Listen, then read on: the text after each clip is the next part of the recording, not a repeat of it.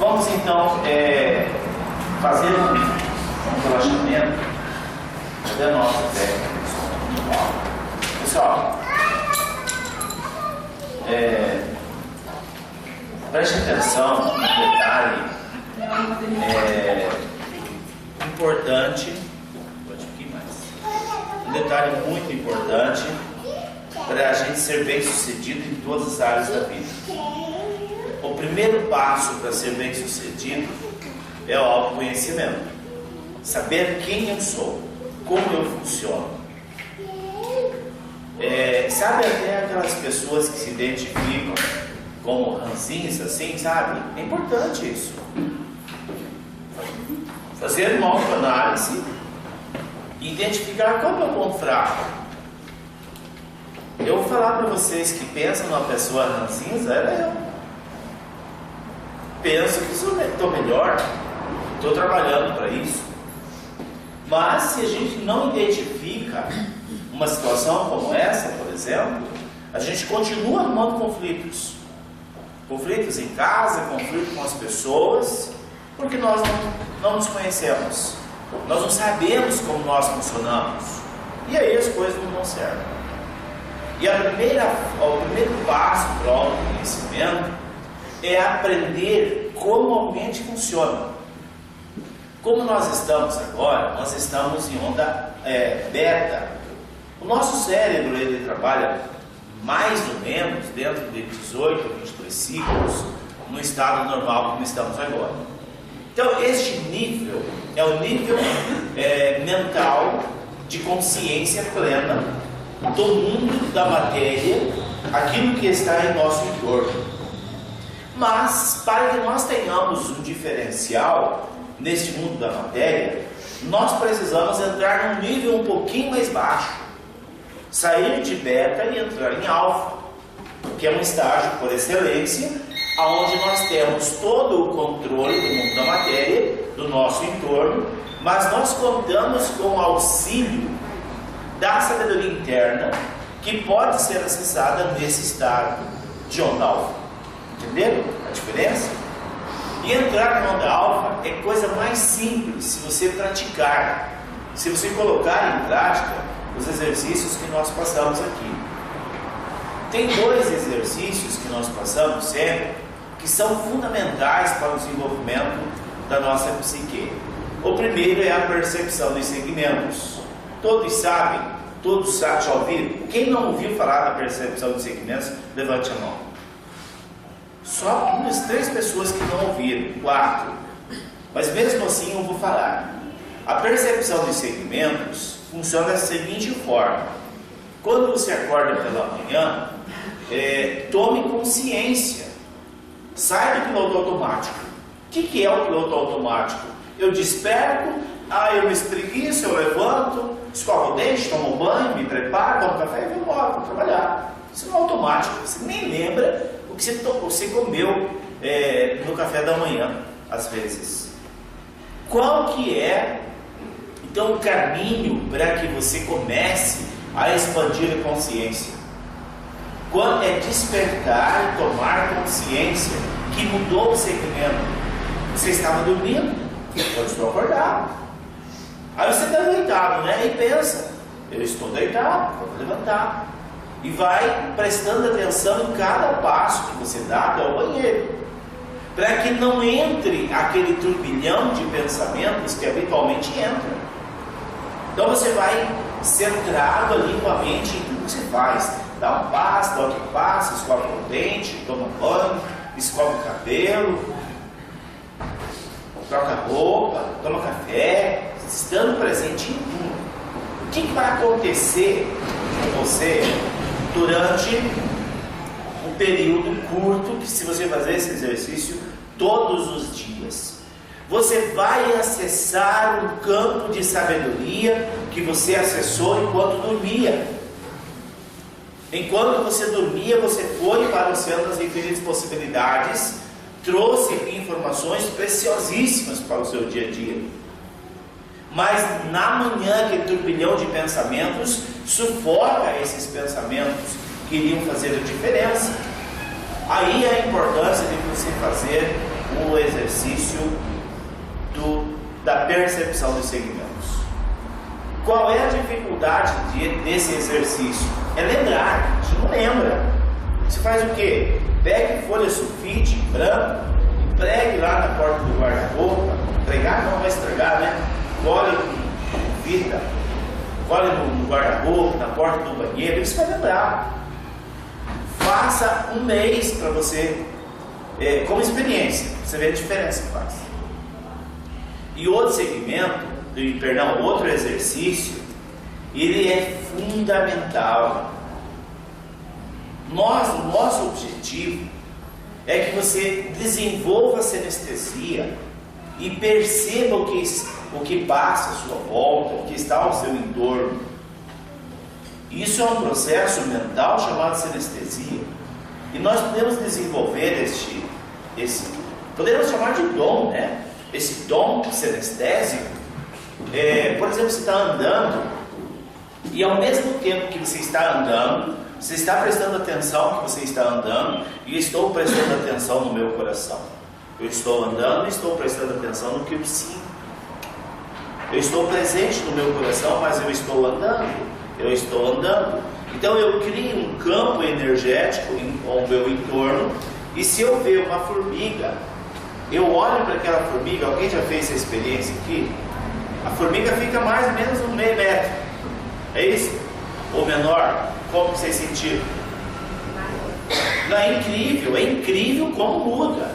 Você olha para a formiga, por exemplo, parece que a formiga tem meio metro. Abre o seu campo de visão, abre a percepção, e aí você fica com a sinestesia à flor da pele. E as coisas funcionam. Então nós vamos fazer um exercício rápido aqui para entrar em alfa, e este exercício é fundamental que você permaneça em alfa até o final da nossa palestra de hoje, e que você crie o hábito de trabalhar no dia a dia em onda alfa. Gente, é maravilhoso. Todo o estresse vai embora, toda a dor no corpo vai embora. Você começa a sentir o corpo, se você está com fome, se você está com sede, ou se você está com algum sentimento não muito agradável. Você tem a percepção, mas precisa exercitar. É o exercício que vai fazer a diferença. Então feche os seus olhos e preste atenção. Você vai concentrar a sua mente no ruído lá fora, lá na rua. Foque a mente na rua. Só a rua.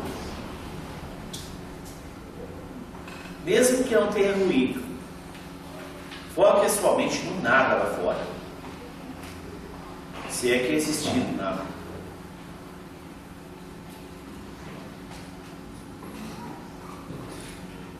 Agora aproxime a sua mente da música aqui dentro.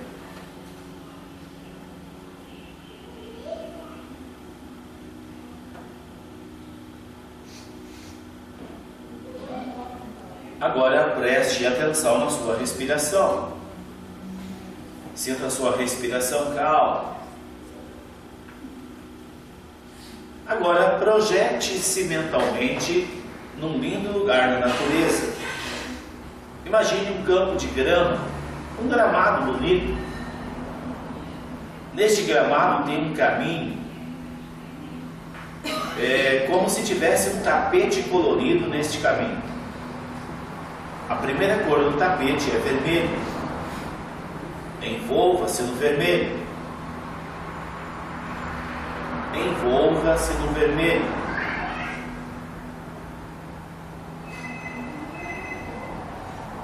Visualize o vermelho. Sinta que as suas vestes estão vermelhas. O seu corpo está vermelho. O vermelho abre espaço para o laranja. Tudo está alaranjado. Tudo está muito laranja. E o laranja abre espaço para o amarelo. Ande no amarelo. O amarelo cintilante, relaxante. O amarelo abre caminho para o verde. Envolva-se no verde. Crie a sensação, pense em algo verde que você conheça. Leve este verde para o caminho. Envolva-se nele.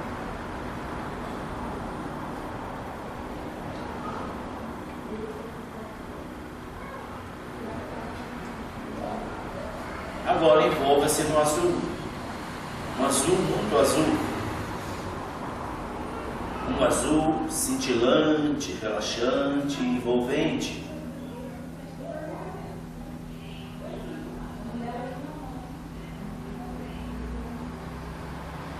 Agora visualize o roxo.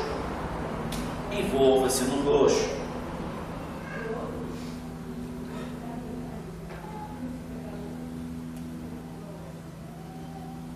E o roxo abre um caminho para o violeta.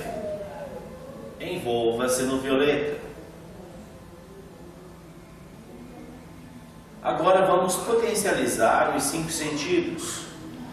Imagine que o tapete colorido acabou e você saiu num lindo e maravilhoso jardim. Tem muitos pássaros nesse jardim. Olhe para os pássaros. Visualize as flores. Agora toque nas flores. Sinta a textura das flores nos digitais dos seus dedos.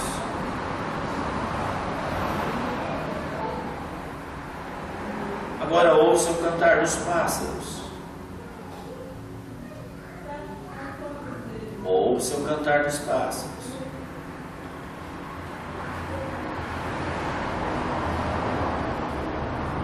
Sinta o perfume das flores. Visualize ali na frente agora um pé de morango carregado. Muitos morangos. Apanhe o maior, bem vermelhinho. Morda o morango. Sinta o sabor do morango.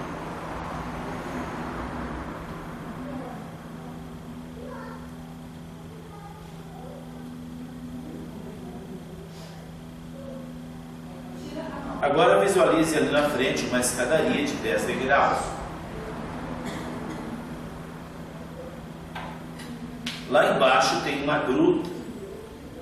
Gruta é como se fosse uma caverna. Você já esteve lá outras vezes. Quem construiu o laboratório, entra no laboratório. Então nós vamos contar de 10 até 0 até você chegar na entrada da gruta. Vamos lá. 9. Vai descendo, descendo. 8. Mais para baixo. Para baixo. 7. Vai descendo, descendo. 6. 5. Mais relaxado. Mais relaxado. 4. 3. 2, 1, 0. Visualize ali na frente a gruta. Tem uma porta. Essa porta ela vai abrir quando eu contar de 3 a 1. Logo após a porta, tem uma luz dourada que acende com a sua presença. Quando você adentrar-se na porta, a luz dourada vai te envolver. Vamos lá. 3, 2, 1. A porta abriu. Fique embaixo da luz. Sinta a luz dourada relaxando você. Essa luz te purifica.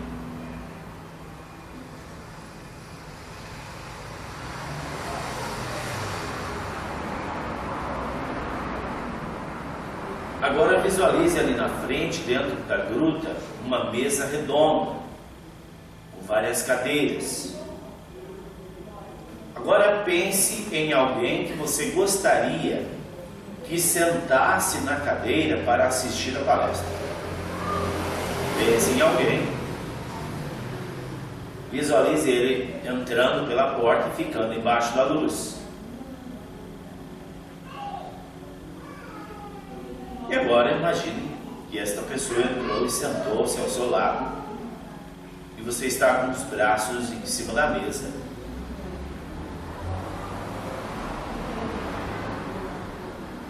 E eu vou contar de 3 a 1. Você vai abrir os olhos, mas vai continuar com a sensação, a percepção que você está dentro da dúvida, até o final da sessão, ou melhor, da palestra. Vamos lá. Vamos abrir os olhos. 1, 2, 3. Abre os olhos. Imagine, na minha imaginação, a gruta está aqui atrás. Na sua, é assim? Ótimo. Continue assim. Quando mesmo me ouvindo, quando você entrar, dá uma olhadinha na pessoa do seu lado, se ele não está dormindo, vê se ele está ouvindo, vê se ele está prestando atenção. Isso tudo é para ampliar a nossa percepção, tá? Eu estou com uma galera aqui. Todos vocês estão dentro da minha vida. Então nós vamos falar hoje na página 60. Página 60 da apostila. Como eu falei, tem alguém que está sem apostila ainda? Por favor. Ela vai aqui para a luta. Ela não saiu da gruta ainda. Gostaria que os nossos ouvintes da rádio web permanecessem nos ouvindo. Nós vamos tirar a da gruta. Vou contar de 3 a 1. Você vai abrir os olhos sentindo-se maravilhosamente bem. 3, 2, 1. Oi, tudo bem?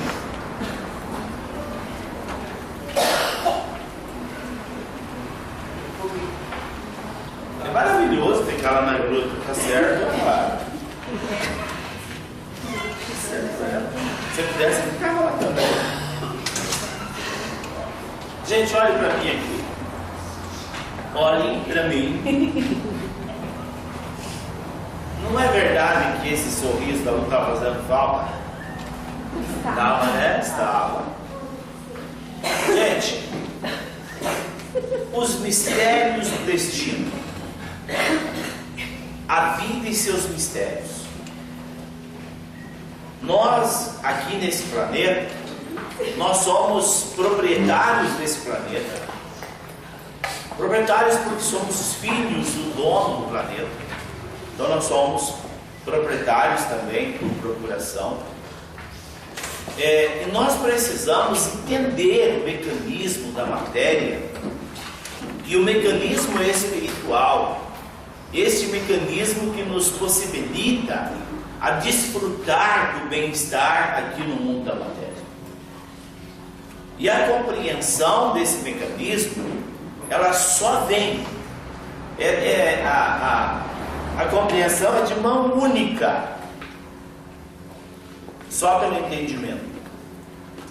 E quando nós estudamos com uma visão desfocada da crença religiosa, cada um tem sua religião, nós respeitamos, está tudo bem. Nós falamos sobre a vida e seus mistérios de uma visão filosófica e científica. E quando englobamos o espiritual, não falamos do espiritual com uma conotação religiosa, mas falamos do espiritual humanístico, aquele eu espiritual que todos nós possuímos e que todos vocês sabem, reconhecido cientificamente. Nós, como seres espirituais, somos reconhecidos pelos homens da ciência. Eles se dobraram à realidade já faz anos, só que agora abriu-se o leque. Então nós falamos neste perfil de ser espiritual, e nas outras palestras nós falamos sobre como acontece a preparação para a nossa vinda na matéria. Nós, depois de passarmos por longos anos ou poucos anos nesta vida da matéria, quando nós atingimos essa estatura de adultos, nós deixamos o corpo e depois de um processo de purificação, nós somos levados até uma máquina de redução perispíritica, palavrão, né? Nós somos levados a uma máquina de remodelação e encolhimento perispíritico, que é o mapa do nosso corpo, e o mapa de toda a nossa existência, como o agregado das memórias que nós carregamos do nosso estágio no planeta Terra. Todos passamos por esta máquina de encolhimento, também conhecida como túnel do esquecimento. Todos passam, mas nem todos têm os seus registros apagados ou ressignificados absolutamente. Não existe um mecanismo de nos levar a esta máquina e passar um errorex, um apagão. Não. Há um adormecimento. É um período de adormecimento dos nossos conjuntos de memórias. E o estado mental de ira, de contenda e de ódio pode desencadear o aflorescimento daquelas memórias adormecidas e nos trazer grandes problemas. As brigas, as contendas, as disputas são fenômenos extraordinários para nos complicar a vida. Porque nós podemos reavivar algo que precisava passar adormecido por toda essa existência. E pela nossa falta de prudência, nós podemos arrumar uma complicação sem precedente. E as coisas dão errado, não sabemos o que houve, não sabemos por que nós sofremos dessa forma. Todos passam por o esquecimento, eu disse, mas não é igual para todos. Ficou claro para vocês? Nós vamos narrar aqui uma experiência espiritual, uma experiência fora do corpo. Eu quero que fique bem claro para vocês. Não é igual para todos. O mundo espiritual não é absoluto. O mundo mental não é absoluto. O que é para mim, talvez não é para outros. Entendeu? É diferente. Por isso que toda a pessoa que fecha a questão e diz, olha, a vida é desta forma e ponto final, está errado. O próprio Jesus Cristo diz, a Bíblia fala que se todos os atos de Jesus fossem escritos, o mundo não conteria os seus livros. Aquilo que nós conhecemos é apenas partícula. Partículas são coisas pequeninas e muitas vezes difícil de compreender. Eu quero falar da questão hoje dos efeitos obsessivos. A grande maioria da humanidade passa por um processo bastante complicado.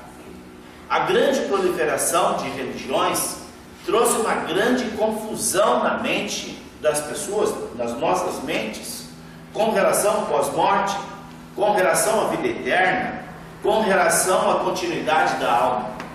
Alguns entendem, outros compreendem, outros acham que é desta forma, outros acham que dorme e a gente só vai voltar na ressurreição. E aí que está o grande problema. Nunca se produziu tantos psicotrópicos como nas últimas 2 décadas. Quanto mais a proliferação de religiões, mais confusão na cabeça do povo, mais doente o povo está. E aí, o que é interessante? Esses espíritos obsessores, eles ganharam nomes bem aceitos socialmente, nomes bem sofisticados, e de vez em quando eles mudam o nome desses obsessores. Na Umbanda, no Candomblé, não sei mais aonde, chamavam de Preto Velho, chamavam de Pombagira, chamavam de Maria Mulambo, tem mais algum, eu não conheço tanto. Agora não, agora é depressão, é bipolar, é síndrome do pânico, é insônia, E assim por diante. E socialmente aceito. E algumas mulheres amam dizer: ai, doutora, a minha depressão faz 20 anos que está comigo. Como se ela falasse: eu amo essa depressão. Está passando a mão na cabeça de um obsessor barbudo de velho. Mas socialmente aceito. É o pânico. Síndrome do pânico. Ai, a minha síndrome do pânico não me deixa ser feliz. Tem um outro nome: espírito obsessor.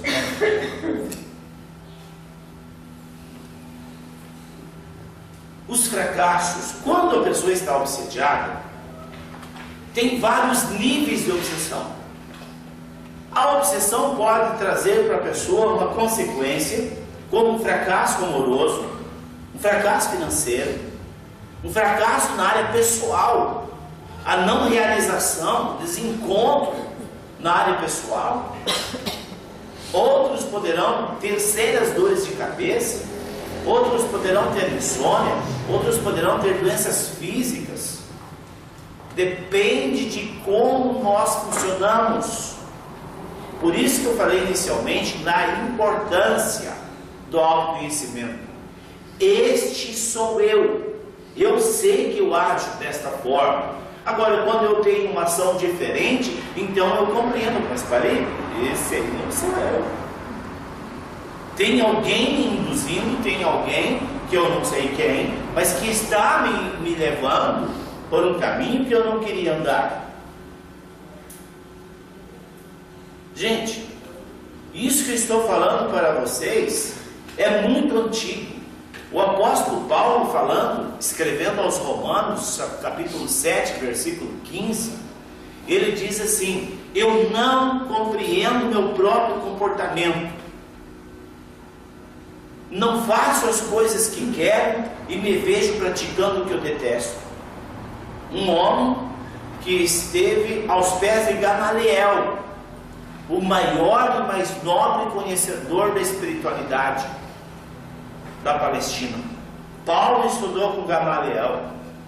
No entanto, ele mesmo confessa que tem um espinho na carne, mas eles têm um espírito obsessor. É possível. Ninguém está livre. Por isso que quando nós nos conhecemos, fica mais fácil de identificar o processo e buscar ajuda e elevar o nosso padrão vibratório. Que todas as obsessões é por afinidades mentais. Se nós elevarmos o nosso padrão vibratório, aquele obsessor não eleva, ele está num padrão estático. Então nós saímos da vibração dele e ele não nos alcança mais. É a forma de ver a vida, a forma de se comportar, a forma de se conduzir no dia a dia, nos relacionamentos, que proporciona a elevação da consciência. Um outro plano vibratório. Na página 60, no capítulo Obsessão pós-aborto, o orientador que diz: olha aqui para mim, gente. Quando eu fui levado nesta clínica onde estavam internados alguns espíritos, quando eu cheguei assim naquele lugar, eu olhei e vi que eu conheci aquela alma, e eu tive a sensação que ela falou que ela também me conhecia, e houve uma comunicação pelo olhar.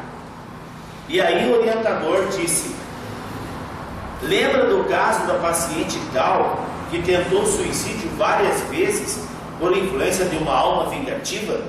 Me interpelou o orientador. O semblante da paciente apareceu nitidamente no ambiente.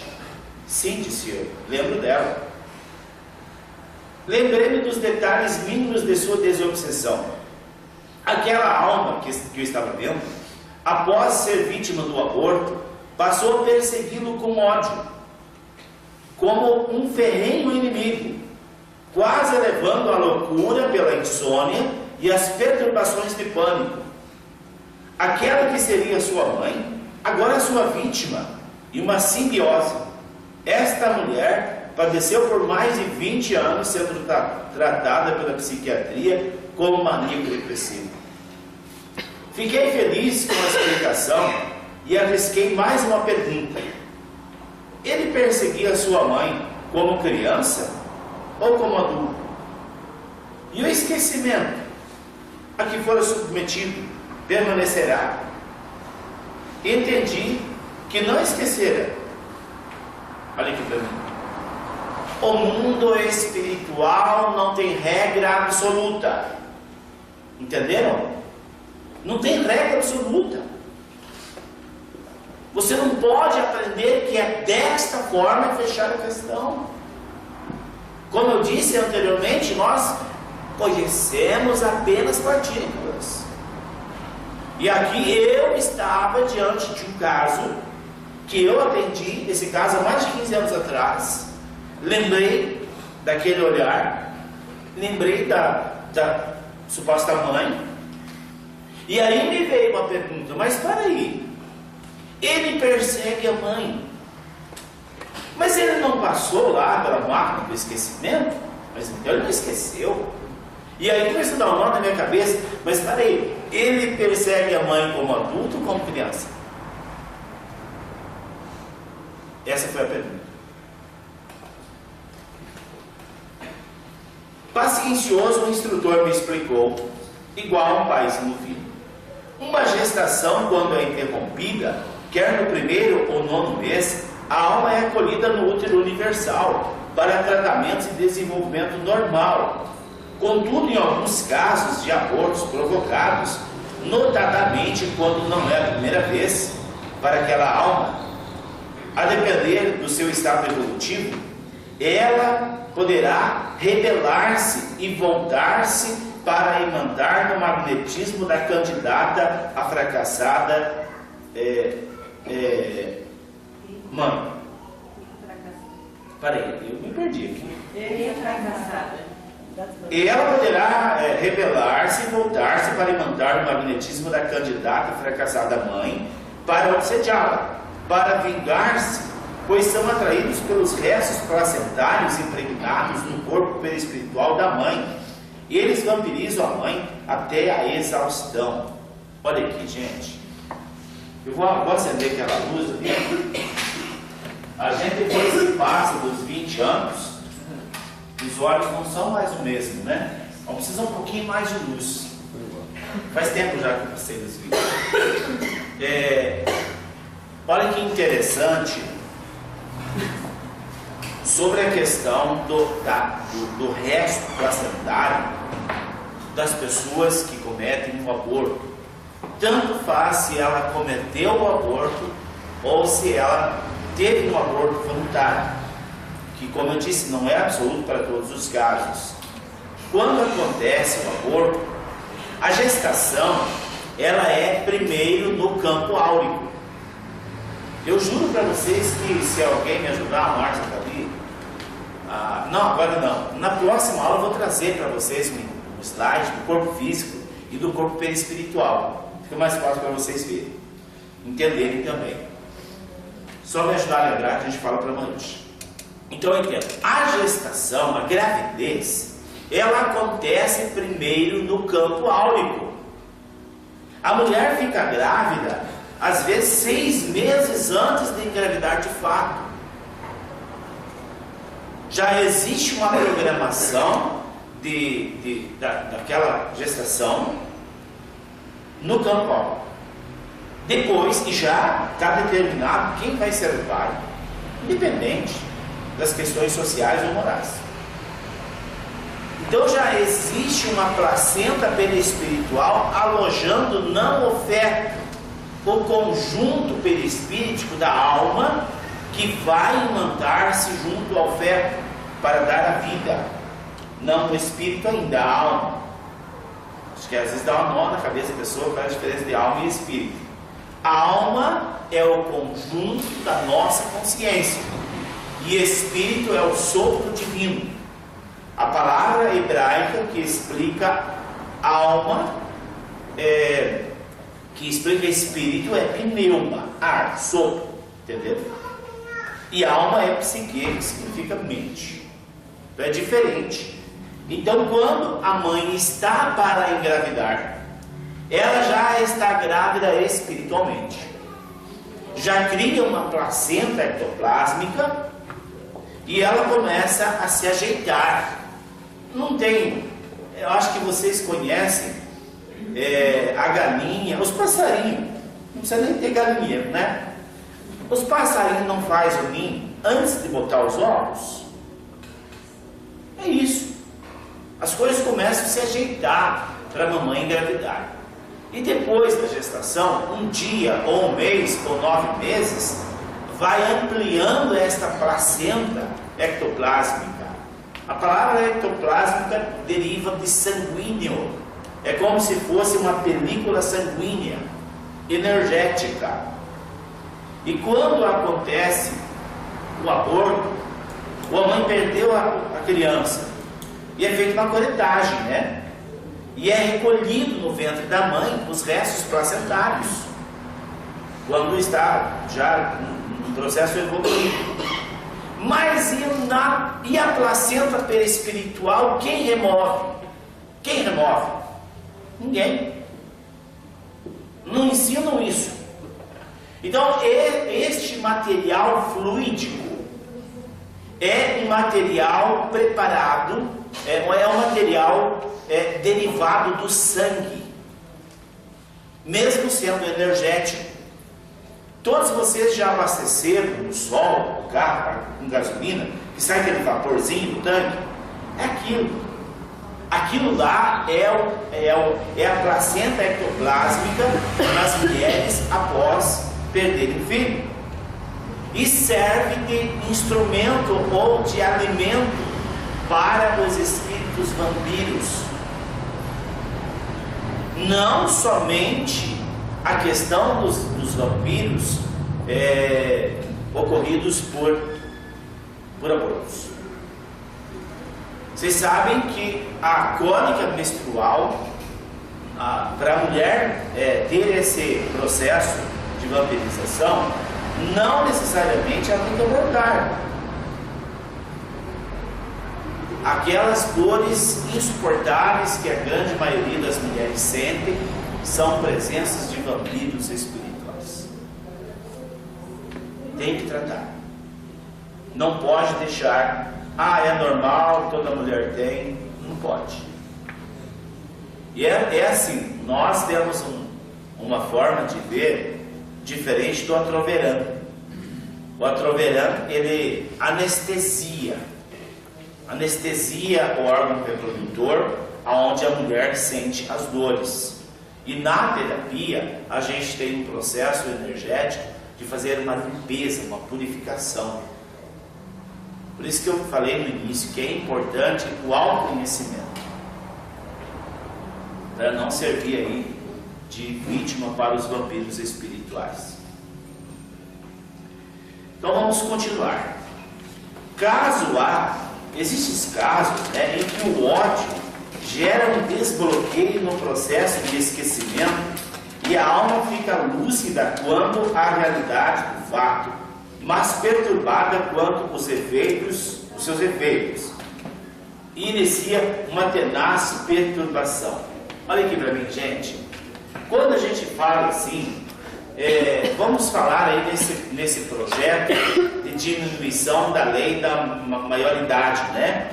A gente fala assim, nossa, mas imagina uma criança de 16 anos que mata, que assassina, pai de família. Gente, são espíritos velhos e rebeldes, 5.000 anos, 2.000 anos. Eles entraram numa vibração e desencadearam no mecanismo psíquico deles a maldade que eles viveram em outras vidas. E aí eles cometem atrocidades sem consequências para a sociedade. O ódio, me disse o instrutor, o ódio tem a capacidade de despertar aquilo que era para ficar adormecido. E as más companhias também. Por isso que essas crianças, verdadeiras crianças de 14, 15 anos praticam tantas atrocidades. As más conversações, as más companhias, as drogas, fazem o despertar prematuro daquele mecanismo de memória que está arquivado no perispírito daquela pessoa. Da mesma forma, como eu falei anteriormente, e lembro muito das passagens do apóstolo Paulo, que citei ele antes, ele sempre falou aos romanos, aos coríntios e etc e tal, as más conversações corrompem os bons costumes. Porque as pessoas que entram na onda da fofoca, da difamação, elas estão entrando numa vibração muito baixa. E o problema que eles vão ter é o despertamento de alguns registros no perispírito, e ele poderá não ter controle daquilo. Por isso que o amor, a compreensão, a aceitação é fundamental para termos uma vida leve. Não podemos entrar no embalo de todo mundo. Ah, todo mundo fala. Imagina, todo mundo fala. O problema é de todo mundo, não seu. Ocorre algumas vezes, nesses casos, de mais de uma tentativa frustrada da alma reencarnante, mesmo submetido ao esquecimento, manter-se intimamente de sobreaviso, uma expectativa silenciosa, vigilante, como se algum aviso secreto o mantivesse alerta para a culminância do fato. Olha aqui para mim, gente. Agora, então, o instrutor deixou claro a minha indagação. Mas a mãe é perseguida por ele adulto, por ele criança? Muitas vezes, na nossa visão e na nossa compreensão, crianças. Desencarnou, foi para o útero universal, fez 9 meses, nasceu, veio perturbado. Porque o ódio que os unia, o ódio que eles nutriam, os uniu. E então houve o despertar de outras questões, outras desavenças de outras vidas. Então começa a perseguição que pode levar à mãe.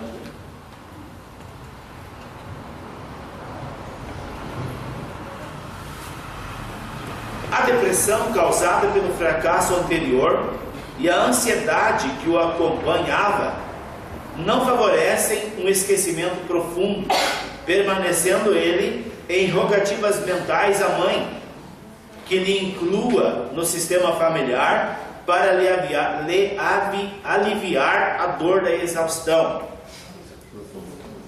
Exclusão. Oh, meu Deus, tenha misericórdia.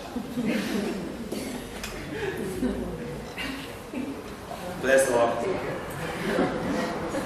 Caso não seja ouvido em seus apelos, ele pode sintonizar a mágoa e a revolta por ocasião do aborto. Este ato gera o rompimento da psique, que guardava as recordações, desfazendo o esquecimento, pelo menos parcialmente. Entenderam como é?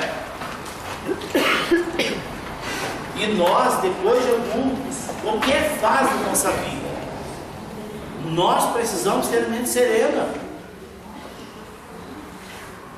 calma, tranquilo. Eu já disse para vocês que a minha maior luta foi ser calmo, mais calmo, mais calmo. E eu vou dizer para vocês que quando eu morrer, eu já, se Deus me der 10 anos, eu agradeço, e eu ainda vou estar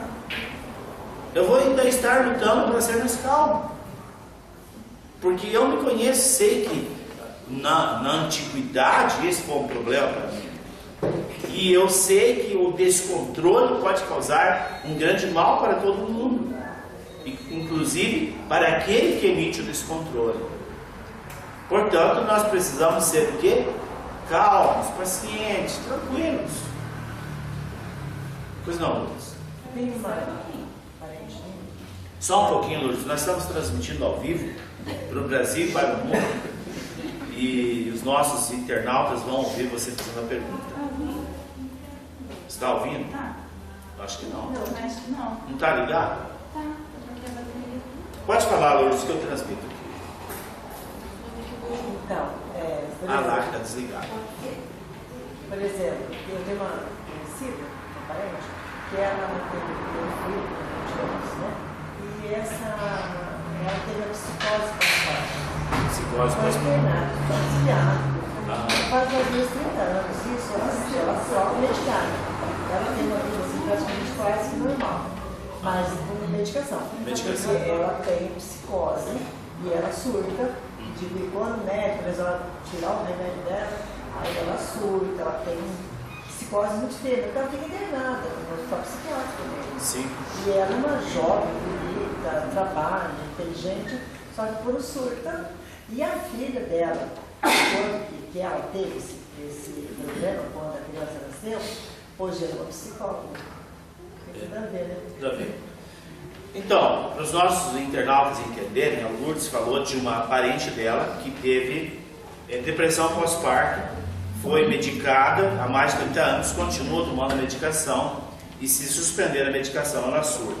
Veja, a depressão pós-parto é obrigatoriamente uma obsessão espiritual. Todas as psicoses, todas, inclusive a esquizofrenia, é derivado da obsessão espiritual.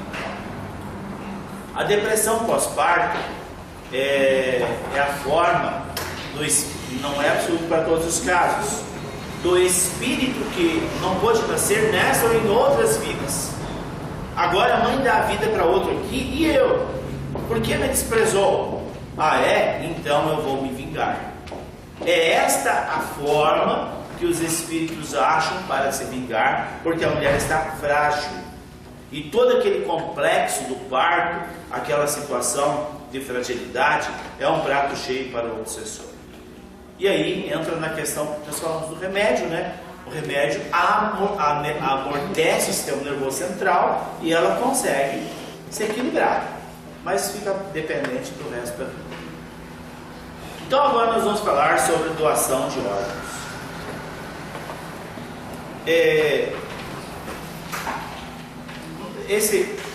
Essa cena aqui se passou no hospital em São Paulo. Veja uma moça que recebeu pulmões através de um transplante. Ao seu lado, veja uma senhora de talvez 50 anos que se encontra agarrada desesperadamente aos pulmões que foram seus. Ela balbucia umas palavras que eu não entendo, mas na linguagem da dor e o desespero são universais, no sentido que todos entendem. Posso sentir que ela quer seus pulmões de volta. Agora, sua voz fica clara e ela diz: isto é meu. Olha aqui, gente. Toda doação de órgãos tem que ser consciente.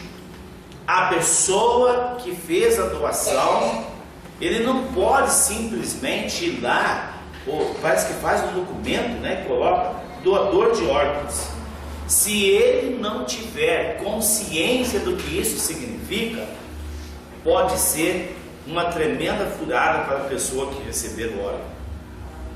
Porque se a pessoa for apegada à matéria, apegada ao corpo, como esta mulher, ela morre aos 50 e poucos anos, então doam os órgãos dela, a família doou para uma moça, e ela estava agarrada ao magnetismo da moça, querendo de volta o seu pulmão. Como que eu vou viver sem meu pulmão?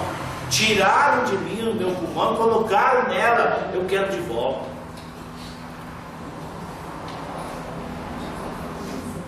Doutor, uma pergunta. Então, quando uma pessoa está assim, morre e dá para se doar o órgão, né? Tem famílias que doam o órgão, assim, doa porque... Mas eu acho que não perguntou para a pessoa se ela queria doar o órgão.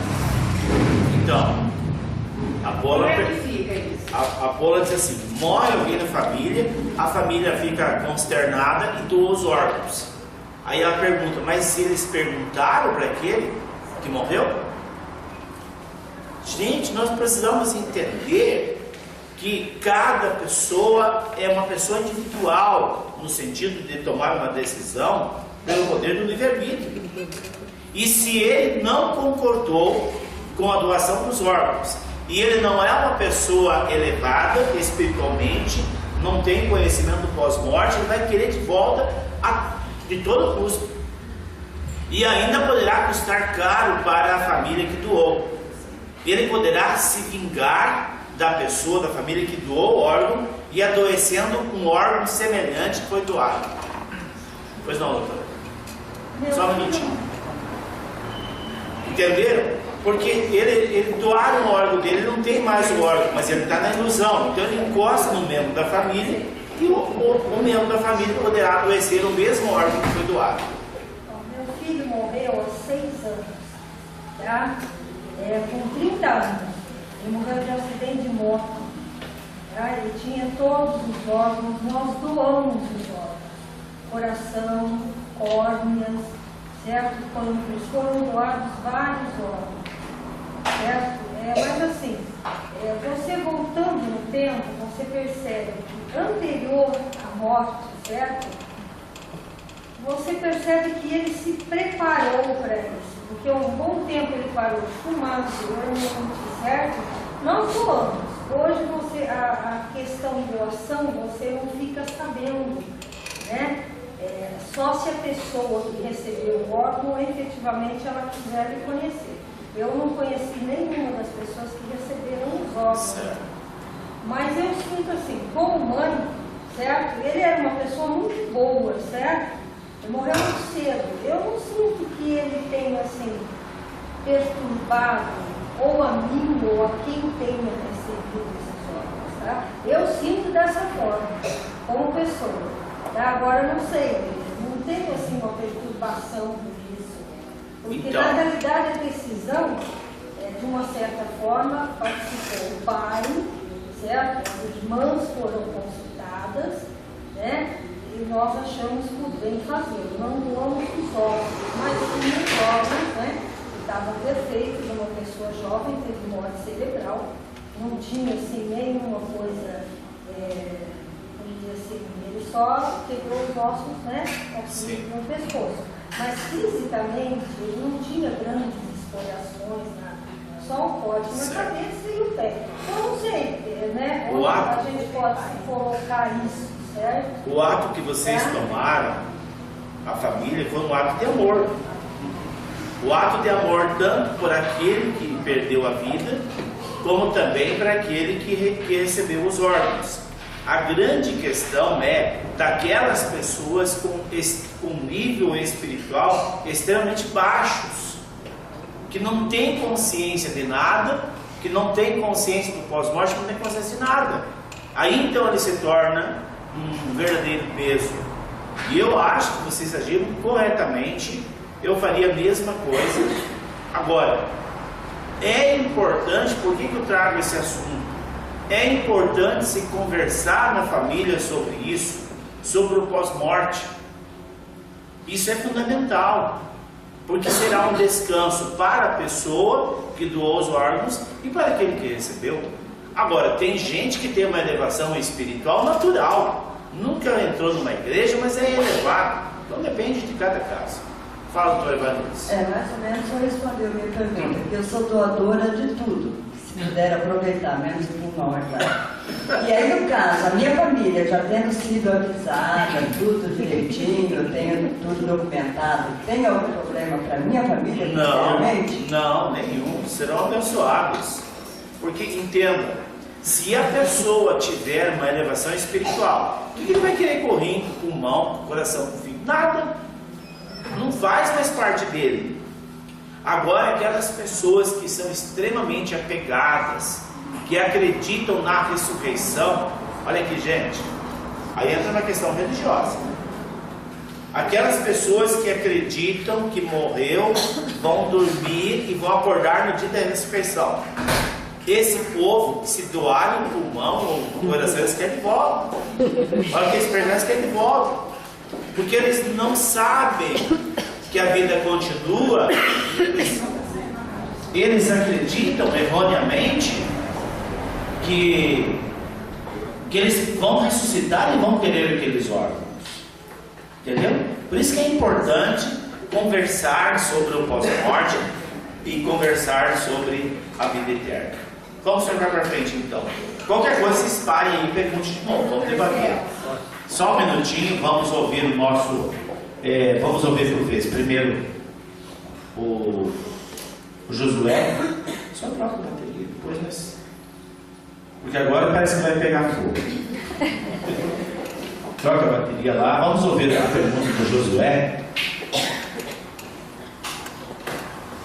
Bom, a questão de uma vez que você desencarna, você recolhe a sua energia pelo espiritual. Se você teve uma falência cerebral, o organismo continua vivo. Por isso ele não fez essa retirada dessa energia dos órgãos. Isso vai comprometer uma próxima encarnação dele, a ausência desse órgão.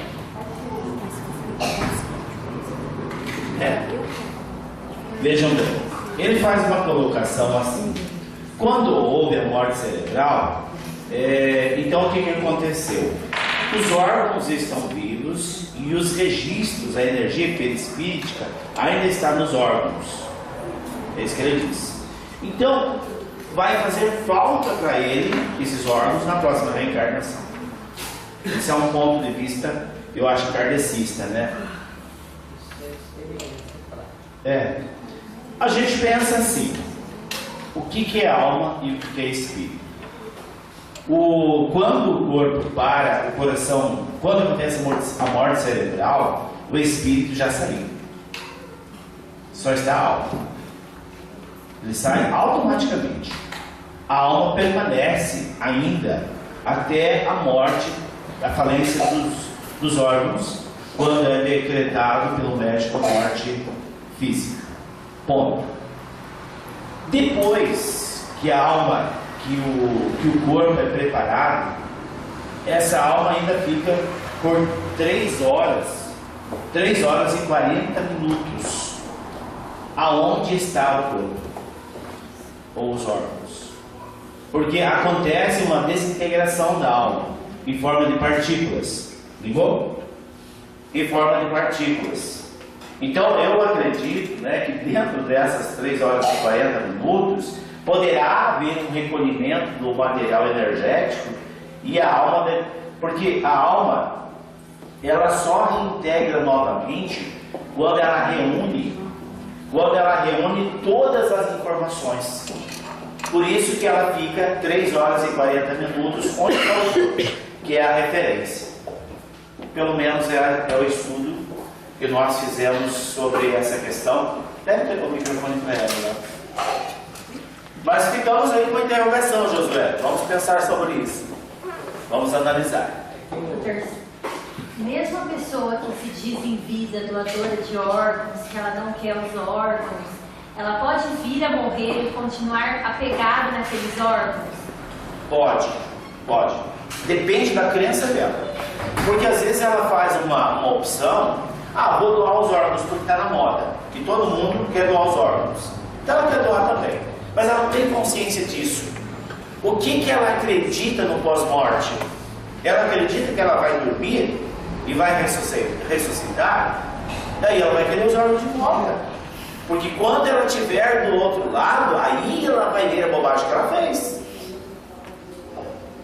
Por isso, gente, que a conversa como essa tem que ser feita em casa, com as pessoas da família, em instrução. O mundo só está desta forma, está por falta de conhecimento. Agora, nós sabemos também que Deus não abandona ninguém, nem no pós-morte. Então é possível, isso é verdade, vem mestres espirituais para orientar aquelas almas que estão do outro lado, às vezes meio perdido, em dúvida, né? Mas a gente sabe que nem todos eles aceitam uma orientação.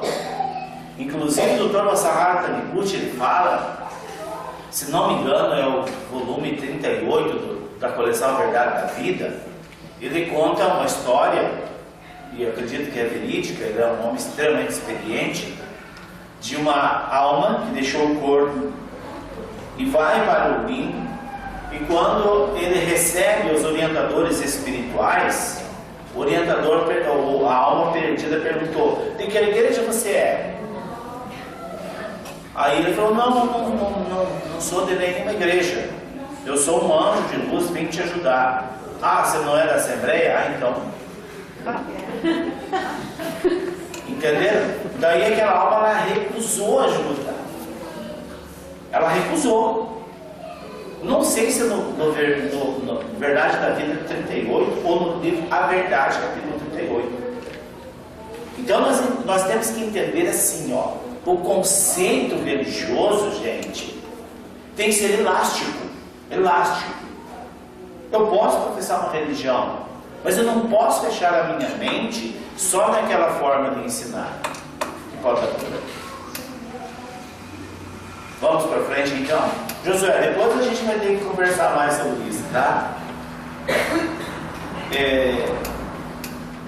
Aonde que nós paramos? Ah, eu quero meus pulmões de volta, né? Devolva meus pulmões. A mulher apresenta crise de falta de ar, e quando se aproxima da moça, essas sentem as mesmas crises e as mesmas convulsões. Gente, olha aqui, ó. Quantas doenças que nós passamos, que nós sofremos, que não são nossas. O espírito obsessor transmite na íntegra. Na íntegra. E no livro Estamos Sós, eu escrevo a saída da alma do corpo, como acontece. O professor Masaharu Taniguchi, ele fala a mesma coisa. A experiência que ele teve fora do corpo é igual. E na Sutra Sagrada, Chuva de Néctar da Verdade, ele fala que a alma, ao deixar o corpo, ele é como o cinzeiro, o cigarro deixado sobre o cinzeiro, que é o corpo, né? E que a alma, por um fluídico, ele começa a se elevar para um outro padrão. Depois de um período, as partículas se ajustam. Isso que é interessante. O espírito volta para a grande vida e a alma fica passando pelo processo da recomposição.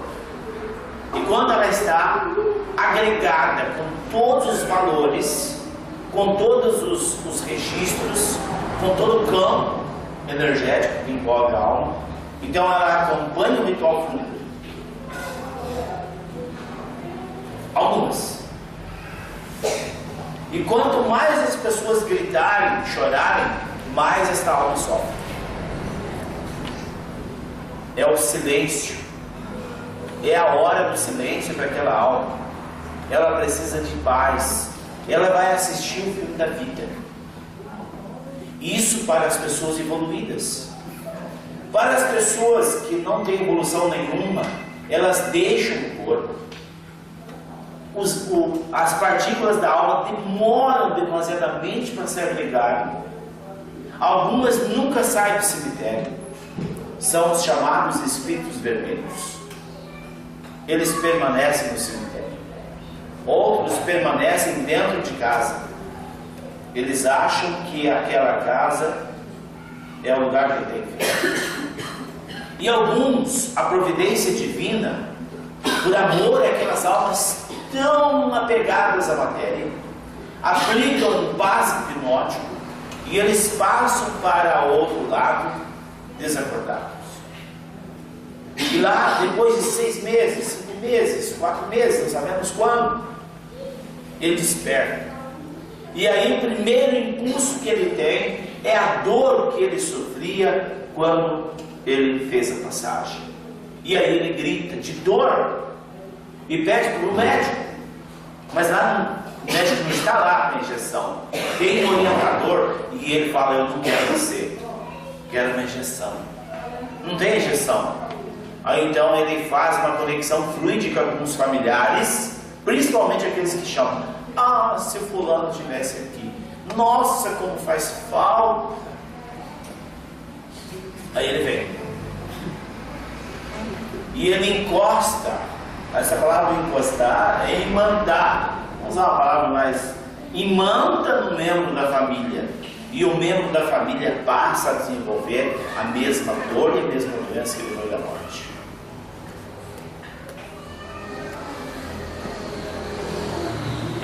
Nós precisamos falar com os nossos pais sobre pós-morte.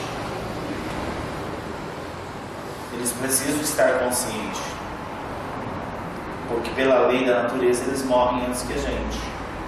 Então eles precisam nos abençoar. Quando partir de fato. Nós não precisamos deles junto de nós. E eles não podem ficar aqui.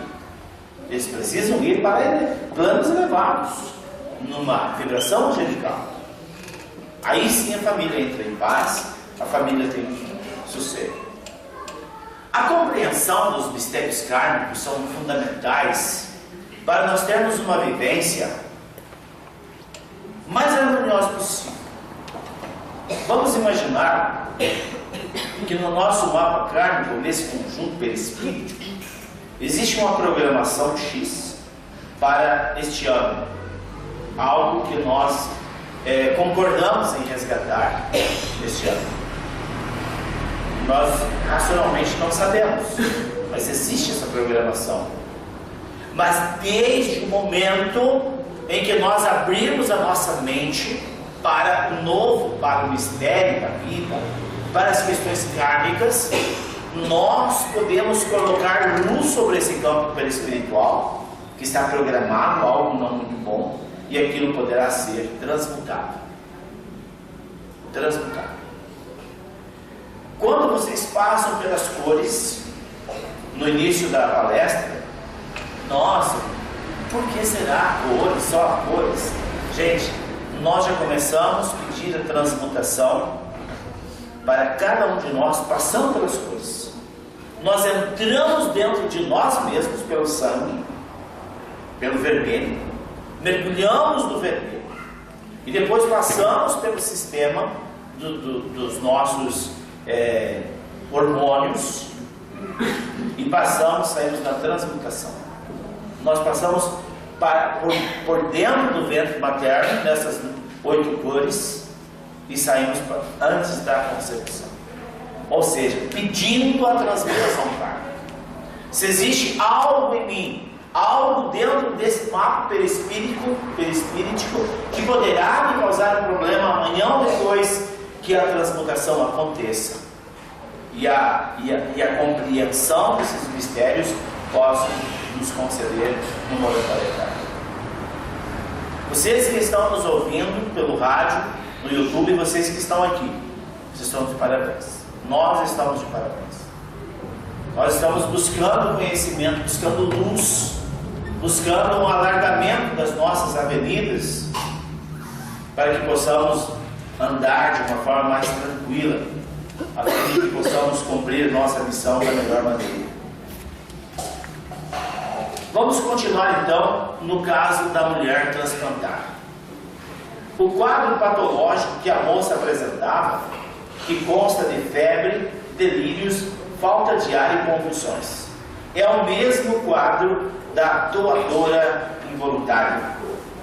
O orientador disse que a situação é crítica e que a moça muito em breve entrará em fase terminal no processo da morte física. Ele explica que a rejeição tem como a gênese a obsessão. A medicina terrena irá catalogar o caso como rejeição orgânica, tomando-a como fator determinante da morte.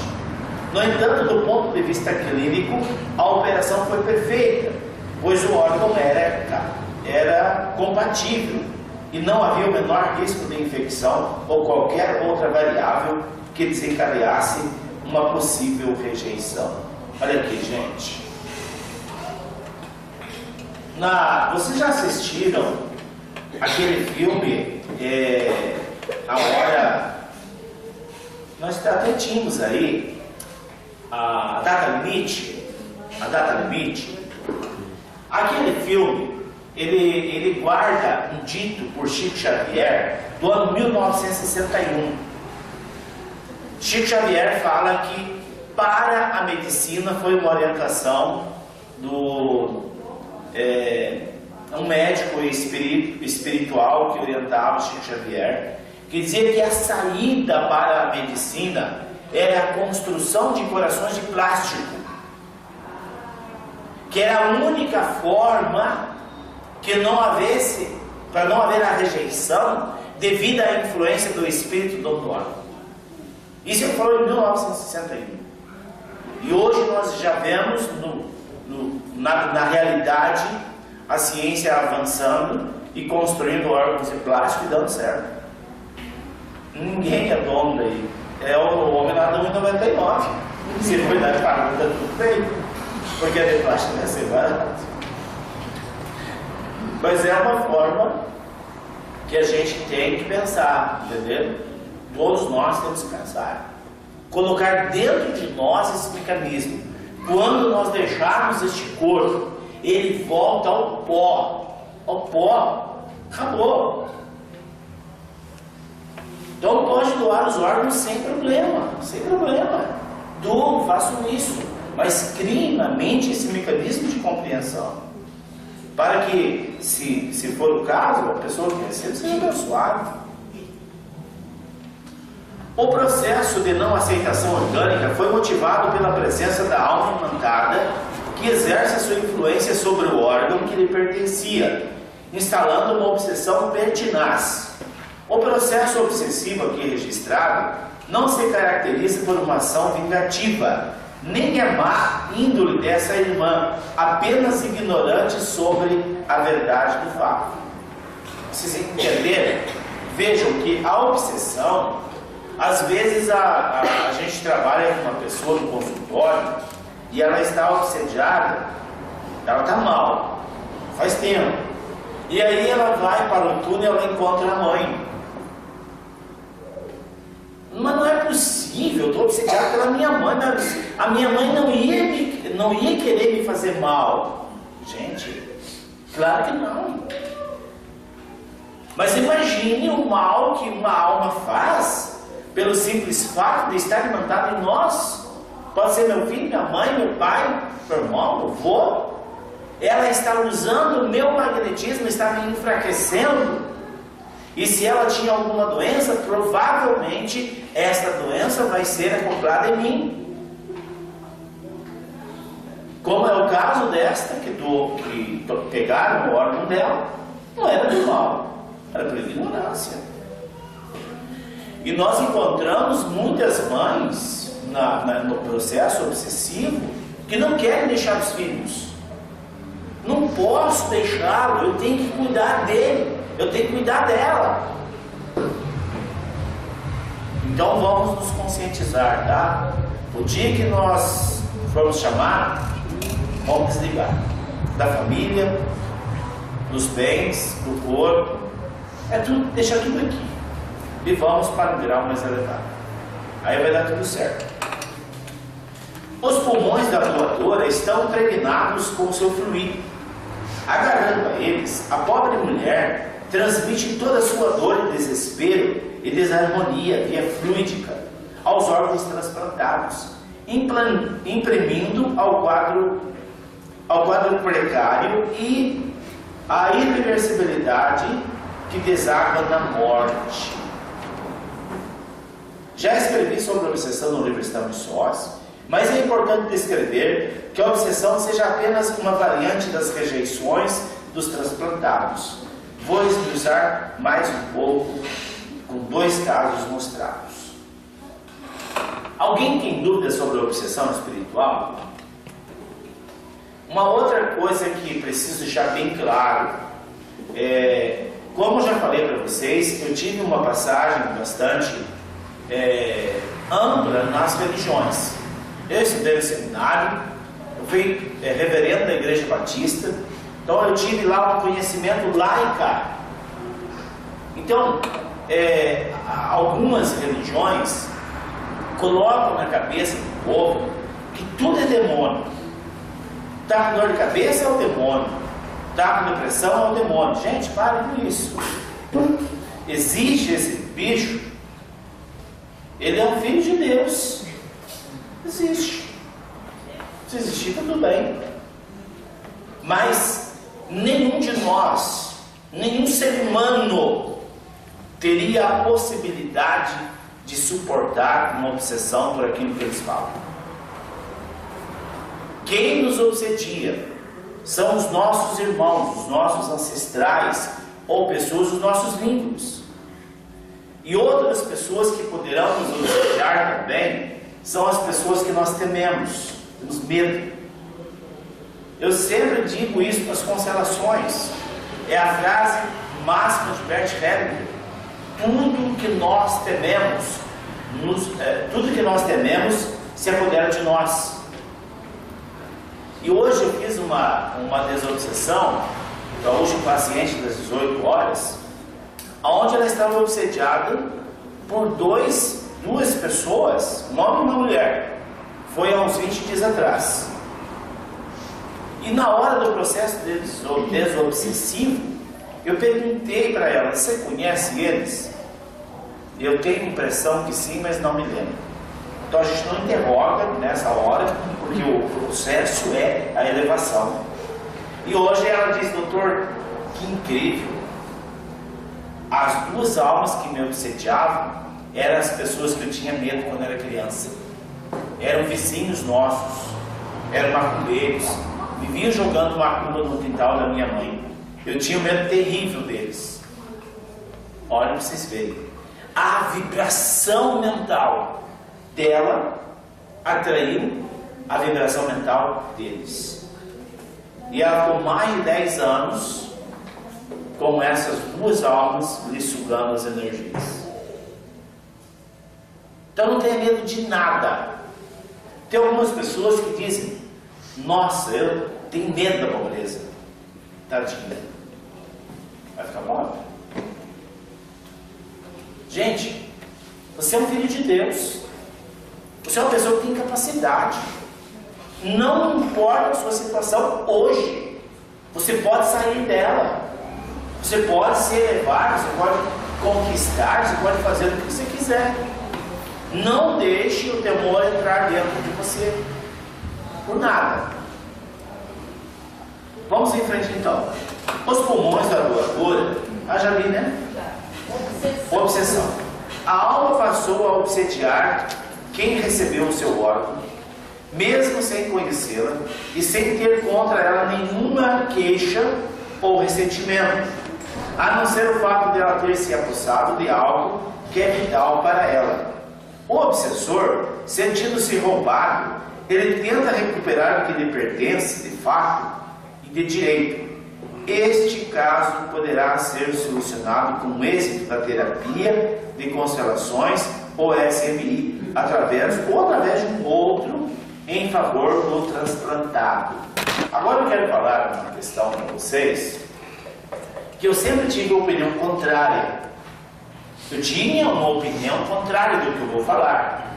Hoje eu já mudei a opinião. É sobre a roupa dos mortos. Eu sempre dizia assim: bom, eu acho que não tem problema nenhum. A pessoa falece, vai doar as roupas. A minha opinião é: não tem problema nenhum. E se eu falar para vocês que no trabalho que fiz com a senhora, a obsessora queria o sobretudo. Ela não queria nada dela.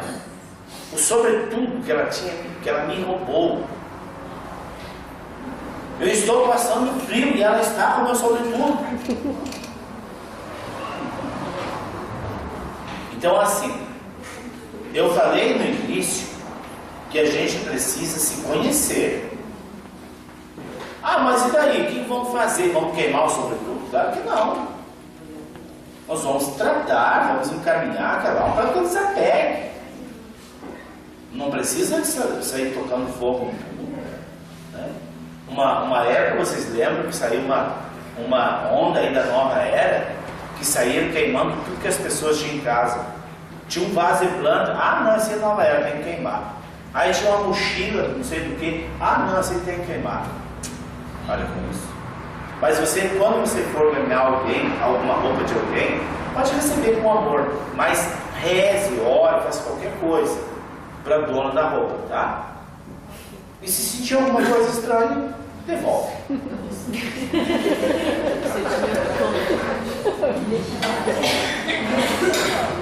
O duro é achar ela para devolver, né? Foi do brechó. Olha, como eu falei para vocês antes, eu tinha uma opinião totalmente contrária. Totalmente contrária. Hoje mudou minha opinião. Eu não sou muito fã de museu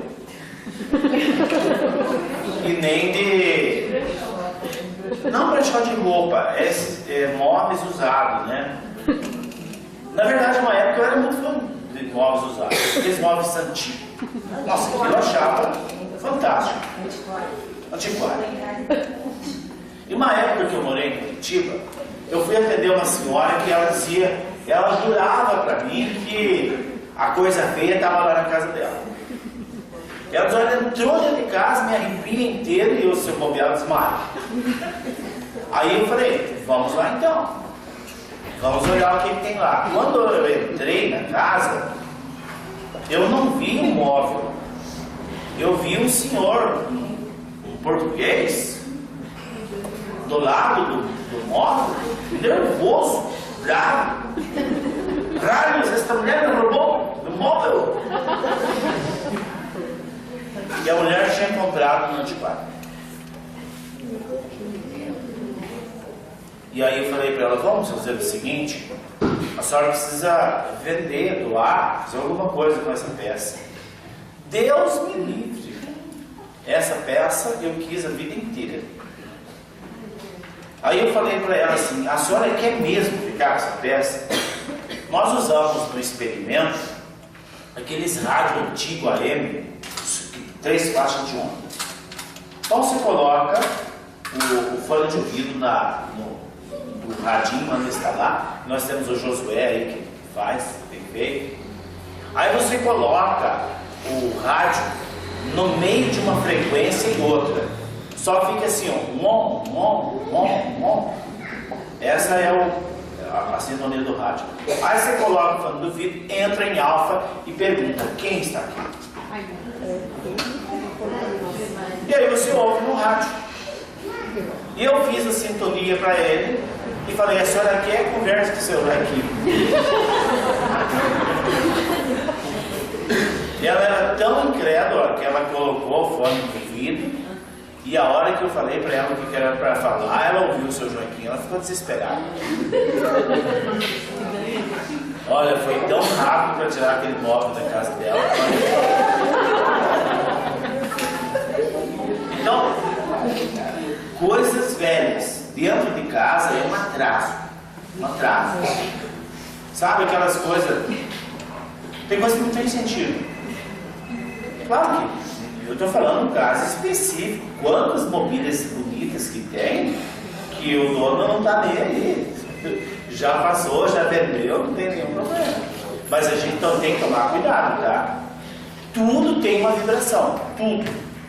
Uma ocasião, mais ou menos, acho que faz uns 20 anos, eu tinha uma fazenda e uma pessoa quis me dar uma cartucheira. Eu nunca usei arma, nem na fazenda eu tinha lá no caseiro, mas eu não tinha. E a pessoa queria me dar uma cartucheira, uma espingarda de 2 canos. Nossa, muito linda. Eu peguei a espingarda na mão e comecei a sentir quantas pessoas tinham sido mortas por aquela arma. E aquilo foi uma interação, e eu comecei a passar o filme na minha mente. Eu falei para ele, olha, eu não quero, e eu gostaria que você tirasse essa arma daqui. Não, essa arma veio do meu avô. Por onde tinha passado a arma, já tinha morrido 2 ou 3 da família, mortos em briga. Ali estava um espírito de tragédia. Então a gente tem que analisar. É uma coisa antiga, boa, eu sinto bem, é legal, é bacana, tudo bem. Mas se não for, não faça isso. Um dia, se eu tiver a oportunidade, eu quero trazer para vocês talvez aí uma meia hora sobre uma passagem bíblica, quando Jesus fala do vinho velho, do vinho novo e odre velho. O odre era aquele barril feito de sola, hoje chamamos sola de sapato, né? Mas era de couro. E ele fala também uma passagem bastante interessante, profunda, sobre as bodas e das vestes novas. E nós fizemos uma experiência, isso já faz quase 30 anos, num grupo de estudos na Londrina, das pessoas que guardavam coisas velhas dentro de casa. Nós chegamos a uma conclusão que se você, lá no sul a gente fala assim, o cara está mal de vida. Mal de vida está complicado, em todos os aspectos. Doe todas as suas roupas, todas, só fica a roupa do corpo. E se você tiver coragem, fique de pé descalço. Faça a experiência. Não dá 30 dias, a sua situação muda. Você sai do cativeiro e você recebe coisas novas, ideias novas, planos novos, ajuda de pessoas que você nem imaginava. Nós fizemos isso, acho que umas 70 ou 80 pessoas. Você sabe que para você fazer uma experiência tem que ser pessoas decididas. Eu quero que melhore. Nessa área da minha vida nunca deu certo. Então você vai pegar tudo dessa área, vai jogar fora, vai doar, vai fazer alguma coisa. Não vende não. Joga fora, descarta ou então doa. É o momento de despir-se do velho.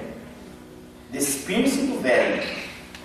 A forma de pensar, a forma de agir, não é só também se desfazer dos bens, das coisas, né? Da roupa, etc e tal. A maneira de pensar, a maneira de ver a vida. Despir-se do velho. Só assim o novo vem. Tem gente que quer algo novo, mas fica agarrado no velho.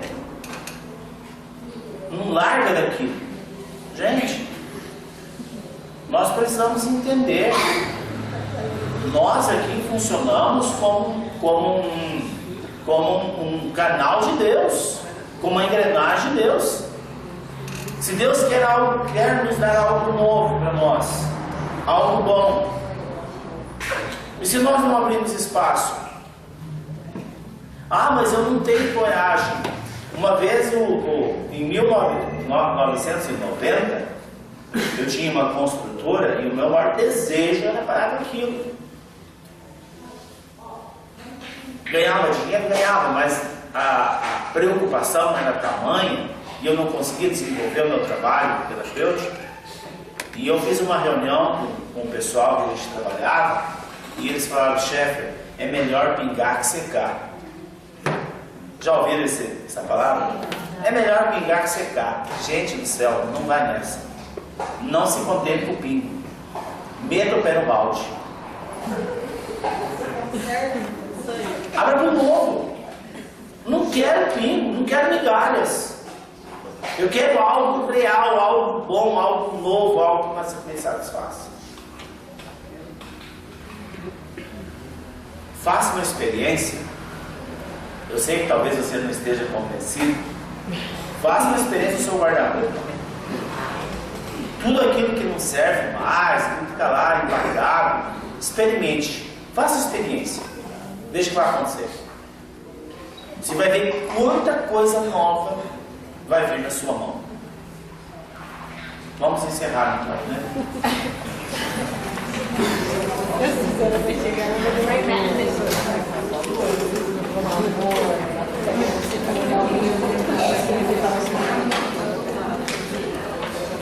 Feche os olhos um pouquinho. Quero agradecer a luz divina. Agradecer a Deus e toda a equipe espiritual que nos inspirou nessa noite, pedindo que os mestres da luz continue nos ministrando enquanto dormimos. E peço neste momento em favor de cada pessoa que está aqui, em favor de todas as pessoas que nos ouvem através da rádio web e no YouTube, que nós tenhamos coragem de abrir esse papo novo. Esse é o meu pedido. E peço também que o anjo guardião de cada um de nós leve-nos em paz pelos nossos lares, felizes, abençoados e protegidos. Que possamos encontrar lágrimas que nos esperam, radiantes de felicidade. Amém.